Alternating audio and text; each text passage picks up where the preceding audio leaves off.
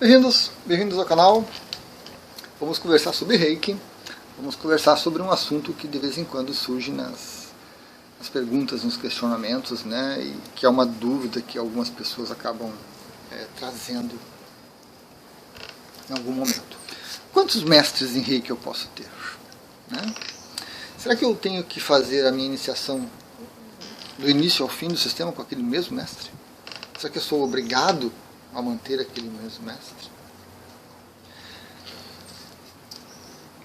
Ou eu posso pular de mestre para mestre, de um para o outro, experimentando, conhecendo? Bom questionamento, né? Bom questionamento. Então, o Reiki Sui e os outros sistemas de energia são muito abertos. Eles não têm coisas obrigatórias. Eles têm recomendações. Eles têm preferências pessoais dos mestres que a gente vai seguindo. Obrigatório mesmo é o processo da iniciação. A auto-iniciação é possível, é viável, mas muito rara. O mestre Sui passou, pouquíssimas pessoas podem passar por aquilo. Então, para a maioria de nós, é obrigatório passar por uma iniciação com um mestre habilitado, presencial ou à distância, para nos tornarmos praticantes do sistema. Legal. Mas o Reiki, diferente, por exemplo, do budismo, talvez alguns ramos de taoísmo, de tantra, umas manifestações de caminhos de yoga, alguma coisa assim, você não entra num mestre com aquela questão de linhagem do mestre, de escola do mestre, de dedicação, de conexão, de ligação profunda com aquele mestre, de uma maneira que você quase que fica amarrado naquela senda. Embora hoje em dia, mesmo essas tradições mais antigas, recebam desertores, pessoas que se frustram, que se decepcionam e que saem, montam às vezes uma linha concorrente e tudo mais. Nem ali a coisa é tão rígida assim. Mas o Reiki Sui e os sistemas de energia em geral não tem essa questão. Não tem essa obrigação de você iniciar com o mestre e ir até o final com ele. Certo? Você pode fazer o nível 1 com o mestre, o nível 2 com outro, o nível 3 com outro, o mestrado com outro. Você pode fazer o nível 1 presencial, o nível 2 à distância, o nível 3 presencial, o mestrado à distância. Tranquilo. Conforme for melhor para você, conforme estiver disponível para você. Né? Às vezes a gente quer fazer com um determinado mestre, mas ele já não ensina mais. Às vezes a gente quer fazer à distância e só tem presencial. Às vezes a gente quer presencial e só tem a distância. Então a gente tem que se adaptar. Certo? Então não há essa obrigatoriedade de permanecer sempre com o mesmo mestre. Você pode trocar tantas vezes quanto quiser, tantas vezes quanto você puder trocar. É possível. Mas existem algumas questões a respeito disso. Existem algumas ponderações importantes sobre essa questão. A primeira delas é uma questão positiva. Eu acho importante você conhecer mais de um mestre. Você ter mais de um mestre. Nem que seja reciclagem, fazer o nível de novo.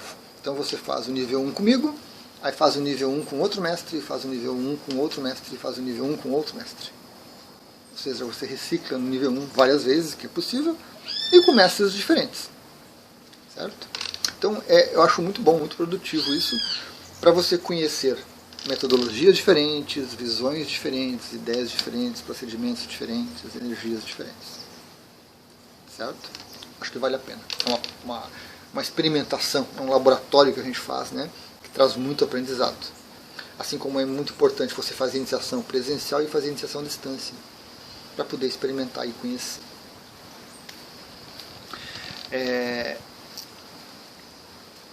É interessante também fazer com outro mestre, porque você não tem sintonia com aquele mestre atual.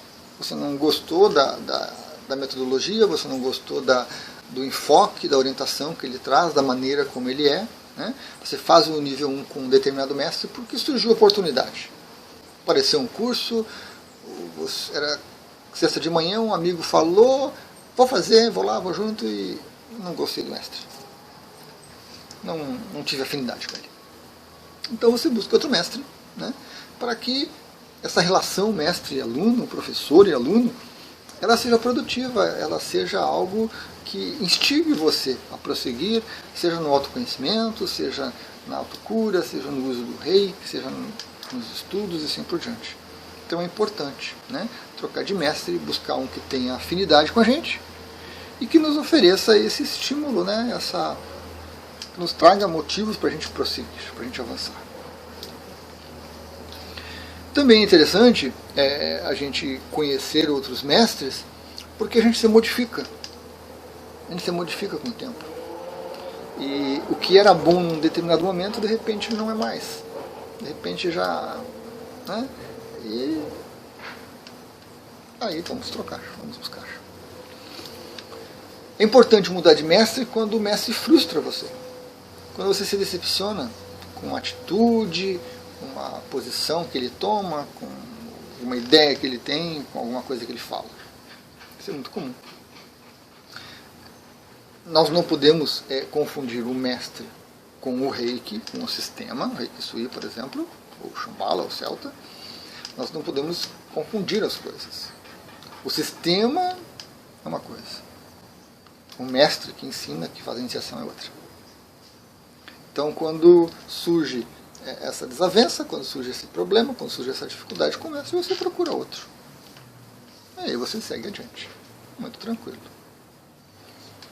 Você pode também trocar de mestre por questões financeiras. De repente você fez o nível 1, você ganhou de presente. Seja do próprio mestre, seja de alguém que deu para você, seja uma promoção que ocorreu. Mas aí para prosseguir fica muito caro. Busque um mestre mais barato, mais acessível, mais dentro da sua realidade econômica. Tranquilamente. Muito bom, muito válido isso, né? Para a gente não parar.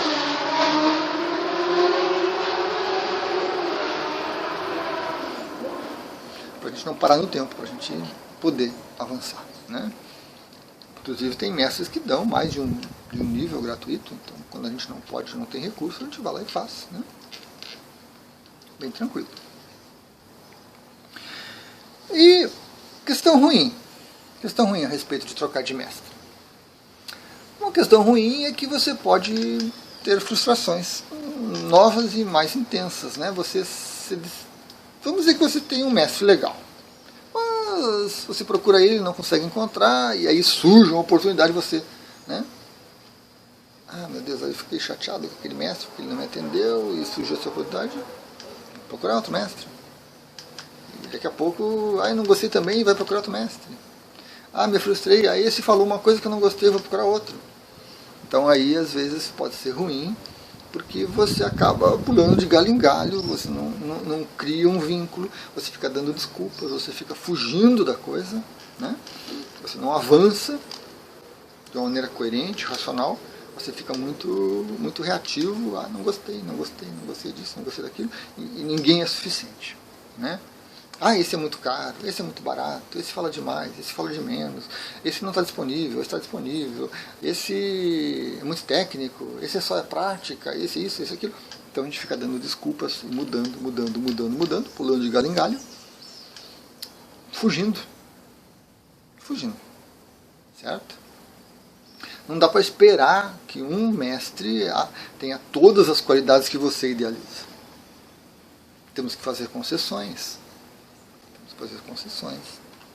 Desde que não sejam concessões tão graves e tão profundas que nos machuquem, mas pequenas concessões são necessárias. Eu tenho mestres com os quais eu não concordo, que têm visões, que têm ideias, que apresentam o reiki de maneira que eu não concordo, que eu não consigo entender. Mas eu gosto muito deles e procuro ter um relacionamento muito próximo com eles. Eu tenho mestres que têm posições políticas que são estranhíssimas. Mas eu gosto muito deles e eu entendo que eles têm direito a pensar daquela maneira, a expor daquela maneira, a funcionar daquela maneira. Então a gente faz pequenas concessões. Quando a coisa fica muito grande, muito divergente, muito complicada, aí sim, né? Quando a frustração é tão grande, a gente precisa trocar, precisa buscar outro. Então, preciso cuidado. Essa troca constante, essa não gostar constante, essa fuga, essa falta de disciplina, né? A culpa é sempre do outro, é sempre do outro. Eu não quero me autoconhecer, eu não quero crescer, eu não quero nada. O outro tem que ser sempre, né, fazer por mim. Então isso é um perigo, isso é uma coisa ruim. Trocar de mestre por trocar também é ruim. Você tem um mestre, você fez um nível 2 com ele. Legal, tem um bom relacionamento, você manda e-mail para ele, ele responde, você manda WhatsApp, ele responde, você encontra com ele na rua, ele para conversar, e te trata bem, tudo mais. Legal. Aí um dia você está passando e você vê um curso de nível que você não tem. Você vai lá e se inscreve. Um outro mestre, claro. Aí aquele mestre que você tinha, aquele relacionamento, aquela conexão, aquela atenção toda, você se depara com ele e você diz, pois é, e aí meu cara, brother, né, eu fiz com outro lá. Tem mestres que ficam chateados. Tem mestres que vão ficar naturalmente e justificadamente chateados. Ele oferece o que o aluno precisa, ele está disponível, ele pesquisa, busca, está avançando sempre, tem um bom relacionamento e o aluno simplesmente busca outro mestre porque é mais barato. Ah, você cobra R$100, eu fiz por 90. Trocar um relacionamento por R$10, trocar um processo, uma jornada, uma caminhada por R$10, R$15. Já vi casos assim. Então, gera, né, essa situação. Porque tem mestres que são apegados aos seus alunos. São os meus alunos, meus pintinhos, todos embaixo das minhas asas. Eu tenho asas grandes, tenho muitos alunos. Tem mestres que são assim. E aí, você trocar de mestre é quase uma traição para com ele. Você acaba ganhando um inimigo. Então, trocar de mestre por mera oportunidade, é ruim. Se você tem um bom mestre que tem um bom relacionamento, pergunte para ele: mestre, professor, sensei, guru, o que você acha se eu fizesse um nível tal com outro mestre aí, seria bom? Como é que você vê isso? Converse com ele, pergunte para ele. Se ele disser assim: se você fizer um nível com outro mestre, você será arriscado da face da terra, você morre para mim. Aí você tem que pensar: opa, estou com um mestre que é possessivo, como é que eu lido com isso? Continuo sendo dele, ou me liberto e vou para um outro caminho? Ou ele pode dizer: gafanhoto, vai lá, gafanhoto, experimenta, muito bom, tem que fazer isso mesmo, tem que crescer, tem que buscar seus caminhos. Ah, mestre, mas tu só dá presencial, esse mestre dá distância, o que tu acha? Vai lá, experimenta, vê como é que é. Qualquer coisa eu estou aqui, dou meu apoio incondicional. O aluno se sente tranquilo, confiante, né? Mantém a relação com o mestre que ele gosta, mas experimenta, faz seus laboratórios, né? É o ideal, é uma coisa ideal, né? E um mestre assim também é um mestre legal, também é um mestre ideal no meu entendimento, porque é um mestre que está acessível para debate, que não quer prender você, não quer segurar você, que só pode fazer com ele, só pode fazer o que ele ensina, só pode entender e pensar da maneira como ele pensa. Então acho que esse é o ideal. E é a maneira como eu procuro me pautar, né, nas minhas atividades com o Reiki, né, como mestre de Reiki, o Sui, Shambhala, blá blá blá, um monte de coisa. Eu procuro ser assim, estimular o aluno para que ele tenha suas experiências, sempre apontando, né? Ó, verifica isso, verifica isso, verifica isso. Tá legal, tá bom? Experimenta, com certeza, não vai ficar preso em mim, até porque eu não quero de forma alguma pessoas grudadas em mim, presas em mim. Eu acho que não é uma coisa válida, não é uma coisa útil, nem para mim, nem para as pessoas. Então aí você, conversando com o mestre, você consegue, né, fazer essa escolha. E aí trocar de mestre, que poderia ser uma coisa ruim, acaba sendo uma coisa boa, né? Você poderia ter um conflito, e aí você vai fazer com um novo mestre e vai sempre cheio de dedos, coisa e tal, né?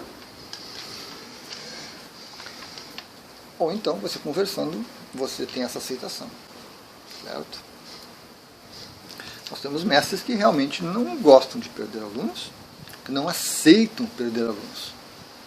Já soube de casos de pessoas que tiveram que devolver o certificado. Uma coisa maluca, né? Devolver o certificado e considerem-se desfeita a iniciação, como se isso pudesse ser possível. Mas aconteceram casos assim. Tem mestres que se recusam a fornecer um certificado se você falar que vai trocar. Ah, professora, eu estou aqui fazendo um outro curso com o mestre, mas eu perdi meu certificado. O senhor pode emitir o meu de novo?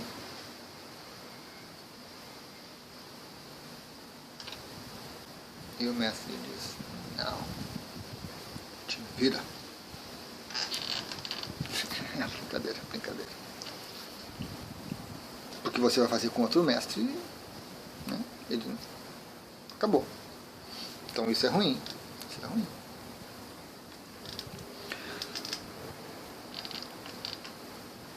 É preciso cuidar dessa relação, né?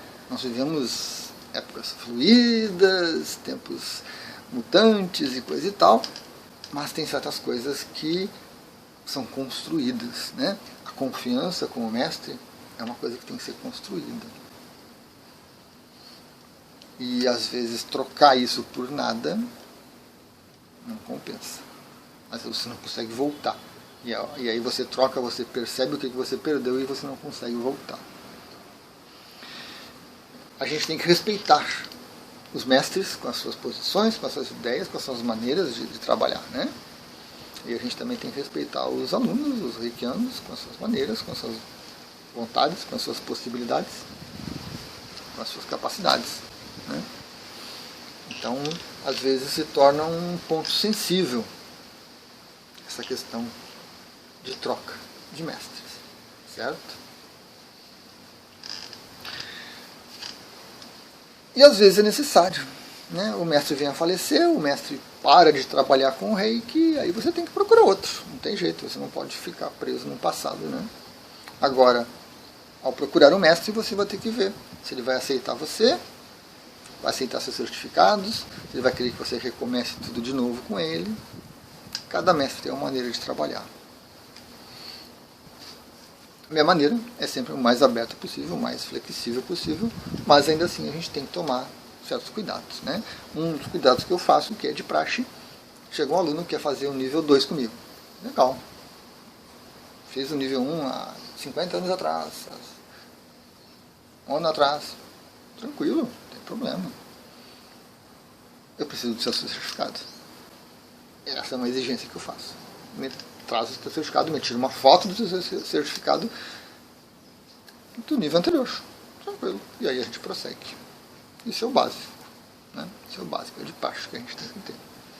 Não é desconfiar do aluno, não é duvidar, mas é uma comprovação, né? Quando você segue o mesmo mestre, ele sabe. Foi ele que emitiu o certificado, foi ele que fez a iniciação, então vai adiante. Quando você busca um mestre diferente, eu creio que a maioria vai pedir o certificado do nível anterior, né, o pré-requisito. Alguns talvez não estejam nem aí, não se importem. Ah, quero fazer o mestrado. Tu fez o nível 1, 2, 3, fiz. Ah, então tá, vamos lá. Tem mestres que não se importam. Tem mestres que não se preocupam com isso. É mais um aluno. Felizmente tem. O ideal é que todos eles tivessem uma maneira de trabalhar, mas não é isso que a gente encontra. E essa diversidade de mestres, essa diversidade de alunos, né? No final, como sempre, eu creio que o saldo é positivo. Mesmo que alguns alunos fiquem frustrados, mesmo que alguns mestres fiquem frustrados por algumas coisas, mesmo que não seja o melhor caminho, mesmo que haja um sofrimento, muito dor e ranger de dentes, eu creio que no final o saldo é positivo. Todos nós crescemos com isso, né? Tanto os mestres quanto os reikianos e os futuros reikianos. Sempre há razão e oportunidade para aprendizado, para autoconhecimento, que é o mais importante que a gente tem, certo?